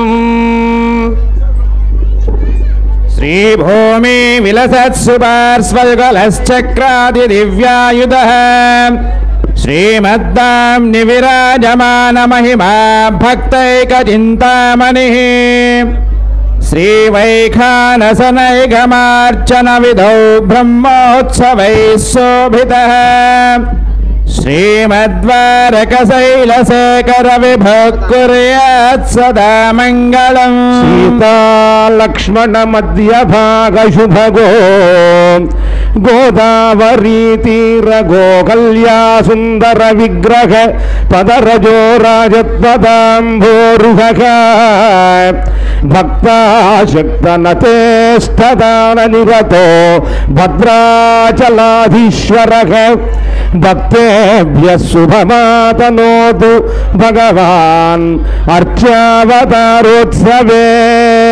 సాంగోపాంగమిదం పురాణగమనం వేదాదిదం వైష్ణవం సుస్తిగ్నం సుఖవిప్రయం శుభకరం రామాయణం రాజితం భవ్యం భాగవత ప్రభావ అమృతం భాగ్యోన్నతం భాసురం పాయాత్వో భగవాన్ పురాణ పురుషః కుర్యాత్ సదా మంగళం. జానక్యాః కమలామలాంజలి పుటే యా పద్మరాగాయిత న్యస్తా రాఘవ మస్తకే చ విలసత్ కుంద ప్రసూనాయిత స్రస్తా శ్యామలకాయ కాంతి కలితాః యా ఇంద్రలీలాయితాః ముక్తాస్తా సుభదా భవంతు భవతాం శ్రీరామ వైవాహికాః భద్రమగామగవే చింతారత్న నిర్జర గజాది విస్తారకస్య దేవాసన ప్రస్తారకస్య గ్రాహ గుమఘుమాయమాన భ్రంకశకల్లోల వేల్లితస్య మంజల మంజరే కృతసేన నవమంజరే లాలితస్య ఆది మహాతరంగిణీ సంగ సమద్భూత మంగళ భృంగ శృంగారస్య సకల గుణాధారపయ పారావారస్య మధ్యప్రదేశే నీహార పటీర కర్పూర ప్రభాధగద్ధగాయమాన ధవళ ద్వీపే సంతతోద్యాన పరివృతే తదామృత పరిపూరిత పరిఘావలయితే ప్రాకార ప్రకాశమానే నవరత్న చిత్ర విచిత్రిత వివిధ సౌధ విభ్రాజితే జయంతి కాంతి నిరంతరిత నభోమండలే విలాసిని సహస్ర సంఖ్యాకీర్ణ వీధి విరాజితే కృతాఖండ సౌభాగ్య నిర్మితే నగరే శ్రీమతి వైకుంఠే విశ్వసేనాధి ప్రధాన కింకిర మందిర సందోహ విస్తృతే నిరీక్ష్య జయ విజయాది ద్వారపాలక సంరక్షిత బహుళ జన పరివారస్య బహిరంగణ చిత్ర విచిత్రిత రత్న స్తంభ సహస్ర భాస్వత్తేజో విశేష విస్ఫూర్జిత మహనీయ సభామండప మధ్యస్థ మహాసింహాసనాధిరూఢస్య దివ్యశ్రీ విద్యమానజామరస్య బ్రహ్మేంద్రాదిత్రింశత్ కోటి దేవతా సంఘాత ఘూర్ణాయమాన సభా సన్నివేశస్య హరిదా ప్రవర్తిత దివ్యశ్రీ నర్తనావలోకన సావధాన చతురస్య సందర్భకోటి సౌందర్య దుర్యస్య పుండరీక విశాలలోచనస్య బాహువిటపావిర్భూత శంఖ చక్ర గదాభయభరితస్య దేవదేవస్య లక్ష్మీనారాయణ ప్రసాదేన యుక్షు క్షీరదతి మధుకృత గుణమరీచిజీర కైలాలవంగ కర్పూర కస్తూరికాగరు శ్రీగంధ ముక్తాకార కనకమణి శుక్ల కౌశేయకాది శుభద్రవ్యాని శోభనకరాణి భవేయుగు సంవత్సరాయన ఋతుమాసపక్ష తిథివార నక్షత్ర లగ్న హోర త్రేక్కాన నవాంశ ద్వాదశాంశ త్రింశాంశ త్రింశదంశకాఘ నిరంతరమనుకూలాఘ శుభే శోభనాఘ సర్వే గ్రహాఘ శుభ నక్షత్రాఘ శుభ ఏకాదశ స్థాన ఫలద వరద సుప్రసన్న సుముహూర్త భవంతు. Good madam.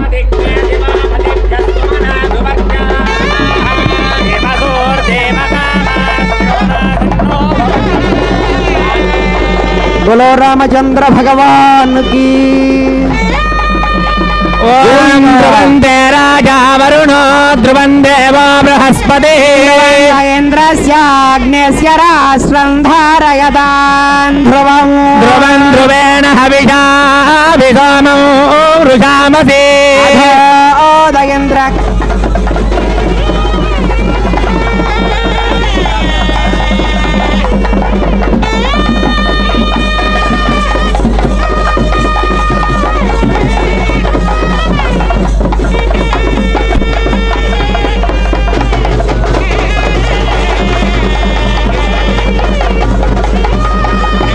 श्रीकान्ताय कल्याणनदगेर्तिनां श्रीवेङ्कटनिवासाय श्रीनिवासाय मङ्गलम् वेदवेदान्तवेद्याय मेघश्यामलमूर्तये पुंसां मोहनरूपाय पुण्यश्लोकाय मङ्गलम्. गोविन्द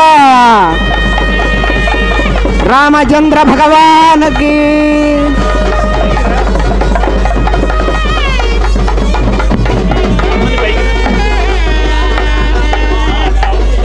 స్వామివారికి సమర్పణ చేస్తూ ఉన్న మహత్తరమైన శుభప్రదమైనటువంటి సన్నివేశం. మరి చూడండి, ఒక విచిత్రమైనటువంటి సన్నివేశాలు ఇలా కళ్యాణ మహోత్సవాన్ని వైభవంగా స్వర్ణోత్సవాల్లో మనము నిర్వహించటం జరుగుతున్నది. ఈ సందర్భంలో అంగలకుదురు శ్రీ కోదండరామ సేవక ధర్మ సమాజం పంచమ పీఠాధిపతులు శ్రీ రామానుజ దాసస్వామి వారు విచ్చేసి ఉన్నారు. అదుగో వారు అక్కడ ఆసనముపై ఆసీనులై ఉన్నారు. అంచేత అలాంటి మహానుభావుల యొక్క సమక్షంలో జరగటం, వారి యొక్క శుభ ఆశీస్సులు మనం పొందటం కూడా జరుగుతూ ఉంటుంది. అంచేత అదే విధంగా మరి ఆ పక్కన ప్రయాగ రామకృష్ణ గారు, మరి ఇలాంటి మహానుభావులు పెద్దలు అందరూ కూడా విచ్చేయటం జరిగింది. ఇక ఇప్పుడు చూడండి, సుముహూర్తాన్ని జరుపుకున్నాం, తెర తీసేసాం. చూడండి, ఒక్క విషయాన్ని బాగా గుర్తుపెట్టుకోవాలి, సందర్భం కాబట్టి మీకు చెప్పాలి. మీరు ఏం చేస్తుంటారంటే జీలకర్ర బెల్లం పెట్టి పెట్టకముందే తెర లాగటానికి సిద్ధంగా ఉంటారు. కాదమ్మా, ఏం చెయ్యాలంటే ఆ తెర అలా ఉండగానే అభ్రాతృఘ్నీమితి వధూం దృష్ట్వా జపతి అని పెళ్లి కుమారుడు పెళ్లి కుమార్తె ముఖం చూచి నువ్వు మా ఇంట్లో కలసి మెలసి ఉండాలి అని ఆ పదాలకు అర్థం అలా వస్తుంది. నీ వల్ల మా వంశానికి కీర్తి ప్రతిష్టలు రావాలి అంటే తలకాయ ఉంచుకొని సమాధానం చెబితే ఏంటండి. అంచేత అమ్మాయి కూడా అప్పటిదాకా తల ఉంచుకున్న పెళ్లి కూతురు తల ఎత్తి మరి ఏదో అడుగుతున్నాడు కాబట్టి సమాధానం చెప్పాలి. కాబట్టి ఆ సమాధానం చెప్పే సందర్భంలో తదనుగుణంగా ప్రవర్తిస్తారని మాటలతో కాకుండా కేవలం యాక్షన్ అంటాం మీ భాషలో చెప్పాలంటే. అలా కళ్ళతోటి అలా చూచిందట శ్రీరామచంద్రమూర్తి. అదే మనము చూపులు కలిసిన శుభవేళ. అట్టా ఒకళ్ళొకళ్ళు చూసుకోండి కాబోయే పెళ్లి కుమార్తెలు పెళ్లి కుమారుళ్ళు. అంతేగాని ఏదో మనకు తొందరగా తీసేస్తే సరిపోతుంది, చెయ్యి నొప్పి పుడుతుంది, చాలాసేపు ఉన్నామని మాత్రము కాకుండా అదే సుముహూర్తము. ఆ సుముహూర్తంలో మనము నిర్ణయించిన ప్రకారము జీలకర్ర బెల్లాన్ని ఎలా ధరింప చేసిన తర్వాత ఈ యొక్క మంత్రాలన్నీ చదువుతూ ఎవరిని ఎవరు ఎలా చూడాలి ఎలా ఉండాలి అంతా ఉన్నది. సందర్భానుగుణంగా ఏదో ఒకటి రెండు ముక్కలు చెప్పుకుంటాం. మనం ఉపన్యాసాల్లో ఇలాంటి విశేషాలు ప్రతి సంవత్సరం చెప్పుకుంటున్నాం కాబట్టి అలా సుముహూర్తానికి సంబంధించిన విశేషం అది. ఇక కన్యాదానానికి సిద్ధమైన విధంగా ఉన్నాం. ఇదొక్కటి గుర్తుపెట్టుకోండి. ఈ కాసేపు కన్యాదానం అయ్యేంత వరకు మనమందరము సీతమ్మ వారి వైపే ఉందామండి. రామచంద్రమూర్తి వైపు ఎవ్వరూ ఉండొద్దు. అదేమిటంటే రాముడికి ఆమె కోపం వస్తుంటే ఏమీ కోపం రాదట, సంతోషిస్తాడు. ఎందుకని అన్నారు, జనక మహారాజు గారి కన్యాదానం చేస్తే పుణ్యం వచ్చింది. ఆడపిల్ల ఉంది ఏదో పెళ్లి చేశామని కాదు, పెళ్లి చేస్తే మీకు వచ్చే లాభం ఏమిటో చెప్పింది మనకు శాస్త్రం. అంచేత చూడండి, మనం అమ్మవారి వైపు ఎందుకు ఉండాలి అని అంటే ఈ కన్యాదానంలో సీతమ్మ వైపు మనమందరము ఉన్నట్టయితే వచ్చే లాభం చూడండి. దశపూర్వేషాం దశాపరేషాం మద్వంశానాం మాతృవంశానాం సర్వేషాం పితॄణాం మయా సహ శాశ్వత బ్రహ్మలోకే నిత్య నివాస సిద్ధ్యర్థం శాంతపన వాజపేయ పౌండరీక అశ్వమేధాది శతక్రతు ఫల సిద్ధ్యర్థం. ఇది చెప్పినటువంటిది ఒక విశేషం ఇది. అంచేత మనము కన్యను దానం చేస్తే పెళ్లి చేస్తే ఏమిటి లాభము అన్నారు. దశ పూర్వేషాం దశ అపరేషాం. మనకంటే మన వంశంలో 10 తరాల వాళ్ళు, గతించిన వాళ్ళు కొంతమంది, ఉన్నవాళ్ళు కొంతమంది, 10 తరాలు. అట్లాగే రాబోయే వాళ్ళు 10 తరాల వరకు కూడా మనతో కలుపుకుంటే 21 తరముల వాళ్ళు శాశ్వతమైన బ్రహ్మలోకంలో నివాసం చేయటానికి కన్యాదానం. గోదానం చేస్తే పుణ్యం, భూదానం చేస్తే పుణ్యం, వస్త్రదానం చేస్తే పుణ్యం. కానీ వీటన్నిటికంటే గొప్పది కన్యాదానం. అందుకని అందరికీ ఆడపిల్లలు ఉండాలి, ఆ కన్యను దానం చెయ్యాలి. ఎవరికైనా ఆడపిల్లలు లేకపోతే, ఎవరికైనా అమ్మాయిలు ఉంటే ఒక అమ్మాయిని ఇస్తే తెచ్చి పెళ్లి చెయ్యాలి. అలా కూడా కుదరకపోతే ఆడపిల్ల పెళ్లి జరిగేటప్పుడు మన డబ్బును ఖర్చు పెట్టాలి. అలా ఖర్చు పెడితే ఈ కన్యాదాన ప్రయోజనం వస్తుంది. మీరు కోట్లు కోట్లు సంపాదించి మీ ముని మనవాళ్ళ దాకా సరిపోతుందని ఉంచినా నీ కొడుకో నీ మనవడో మంచి సమర్థుడైన వాడై మొత్తం కాజేయొచ్చు, ఏమీ లేకుండా చేయవచ్చు. కానీ మేము ఇచ్చే ఈ వివాహంలో, ఈ కళ్యాణ మహోత్సవంలో, ఈ కన్యాదాన సందర్భంగా 10 తరాలు రాబోయే వాళ్ళకి అడ్వాన్స్గా పుణ్యాన్ని ఏర్పాటు చేస్తున్న స్థితి. వాళ్లతో కలుపుకుంటే 21 తరముల వాళ్ళు శాశ్వతమైన బ్రహ్మలోకంలో నివాసం చెయ్యటానికి కన్యాదానం. ఆ పుణ్యం కోసం మనం కూడా అమ్మవారి వైపే ఉందామండి. శాంతపర వాజపేయ పౌండరీక అశ్వమేధములని 100 యజ్ఞాలు చెప్పారు. ఒక్క యజ్ఞం చేస్తేనే మహాప్రయోజనం అన్నది. అన్నాద్భవంతి యజ్ఞాద్భవతి భూతాని పర్జన్యాదన్న సంభవ యజ్ఞాద్భవతి పర్జన్య యజ్ఞ కర్మ సముద్భవ. మనం ఒక యజ్ఞం చేస్తే సకాలంలో వర్షాలు పడతాయి, వర్షాలు పడితే పంటలు పండుతాయి, పంటలు పండితే జీవకోటి ఆనందిస్తుంది. ఒక యజ్ఞం చేస్తే అది ప్రయోజనం. శాంతపర వాజపేయ పౌండరీక అశ్వమేధములని 100 యజ్ఞాలు చెప్పారు. మనకు భద్రాచలంలో ఒక విశేషమైన యజ్ఞం అతిరాత్రం అనేటువంటిది జరిగింది. ఇలాంటి 100 యజ్ఞాల్లో ఇది ఒక యజ్ఞం. ఆ రకంగా మనము 100 యజ్ఞాలు చేస్తే ఏ పుణ్య విశేషమైతే లభిస్తుందో, అమ్మాయి పెళ్లి చేస్తే ఆ పుణ్యం, అంటే కన్యను దానం చేస్తే ఆ పుణ్యం వస్తుంది. కాబట్టి అలాంటి పుణ్య విశేషాన్ని మనం పొందటానికి తగినటువంటి విధముగా ఇంకా ఒక మాట చెబుతారు. మనం ఈ జన్మ కాదు, ఇహ జన్మలే అనేక జన్మల్లో నుంచి సంపాదించిన పుణ్య పాపాలు ఏవైతే ఉంటాయో, పుణ్యం మనకు ఉపయోగపడుతుంది, పాపం ఉంటుంది. బాల్య యవ్వన కౌమార వార్ధకాలు, ముసలోళ్ళు అయిపోయినా తప్పుడు పనులు చేసేవాళ్ళు ఉంటారు. అంచేత ఇలాంటి దశలలో మనము చేసిన పాపాలు దోషాలు అనేక జన్మలలో చేసింది ఏదైతే ఉందో అదంతా తొలగిపోతుందని మా స్వాములు ఆ సంకల్పంలో చెబుతారు. ఈ విశేషాలు ప్రయాగ రామకృష్ణ గారు మరికొద్ది విశేషాలు తెలియచేసిన తరువాత కన్యాదాన కార్యక్రమం సాగుతుంది. నిజానికి ఇది కన్యాదానం కాదు. ఆడపిల్ల వైపు నుంచి చూస్తే ఇది కన్యాదానం. కన్య ఆదానం, ఆడపిల్లని మన ఇంటికి తెచ్చుకోవడం, అది చాలా అదృష్టంగా భావిస్తాం. ఆడపిల్లని మీరు ధాన్యలక్ష్మిగా, సస్యలక్ష్మిగా, మన ఇంటి గృహలక్ష్మిగా మనం ఒక ఆడపిల్లని తెచ్చుకుంటున్నాం. ఆదాన ప్రదానం అంటారు చూసారా? ఆదానం అంటే ఇంటికి తెచ్చుకోవడం అన్నమాట. బయటికి వెళ్ళిపోయారు. కన్యాదానం అంటే ఇందాక వారు చెప్పారే, ఎన్నో యాగాలు యజ్ఞాలు చేసిన పుణ్యాన్ని ఒక్క కన్యాదానం చేసినందువల్ల లభిస్తుందిట.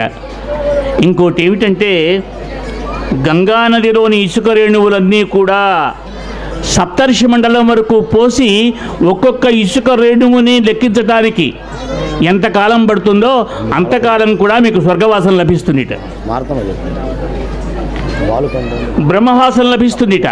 ఒక్క ఆడపిల్లని దానం చేసి, నిజానికి దానం కాదని చెప్తున్నాను. ఎందుకు కాదంటున్నానంటే, చాలామందికి ఒక నమ్మకం ఉంది, ఆడపిల్లని ఇచ్చేస్తున్నాం, ఇంకా మనకు ఆడపిల్ల మీద ఏ హక్కు లేదు, ఆ అమ్మాయి అత్తవారింటికి వెళ్ళిపోతుంది, ఆ అమ్మాయి మన పిల్ల కాదు, ఆడపిల్ల అనే విపరీత అర్థాలు, విపరీత వ్యాఖ్యానాలు చేస్తున్నాం.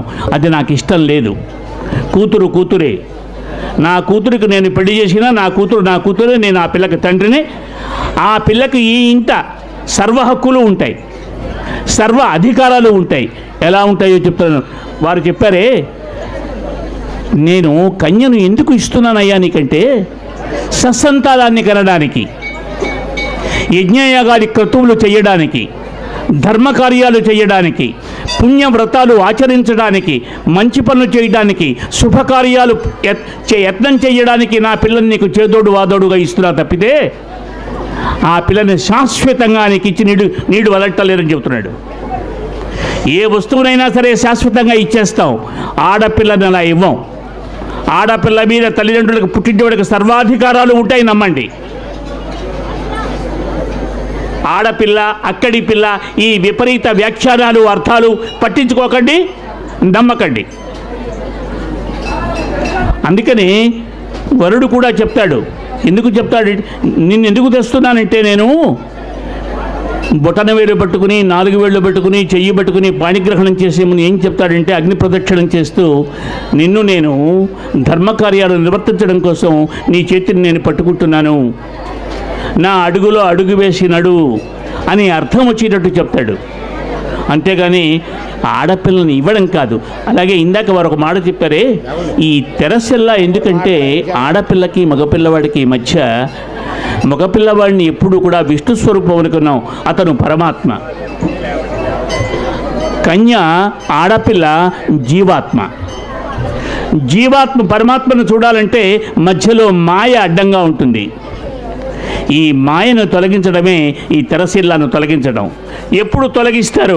ఇందాక వారు చెప్పారే, ఇదిగో నిన్ను మా ఇంటికి తెచ్చుకుంటున్నాను, మా ఇంటికి ఆహ్వానిస్తున్నాను, సగౌరవంగా తీసుకొస్తున్నాను, నాకు చేదోడు వాదోడుగా ఉండు, నా నెత్తి మీద అనురాగపు గొడుగులు ఎత్తిపట్టుకుని నా జీవితంలో నిత్యవసంతం కురిపించు, నా బతుకుని పండించు, నా జీవితాన్ని చరితార్థం చేయి, నన్ను నా కుటుంబాన్ని రక్షించు, నాకు అండగా ఉండు, నాకు చేదోడు వాదోడుగా ఉండు, నాకు బాసటగా ఉండు, నా వెంట నడు అని వేడుకుంటూ ఆ అమ్మాయితో పాణిగ్రహణం చేస్తాడు. అది దీని యొక్క అర్థం. అంతేగాని ఆ అమ్మాయి మీద సంపూర్ణమైనటువంటి అధికారాలు నాకు ఉన్నాయి కాబట్టి ఆ అమ్మాయిని నా ఇష్టం వచ్చినట్టుగా ప్రవర్తించు అని అనడానికి మాత్రం కాదు.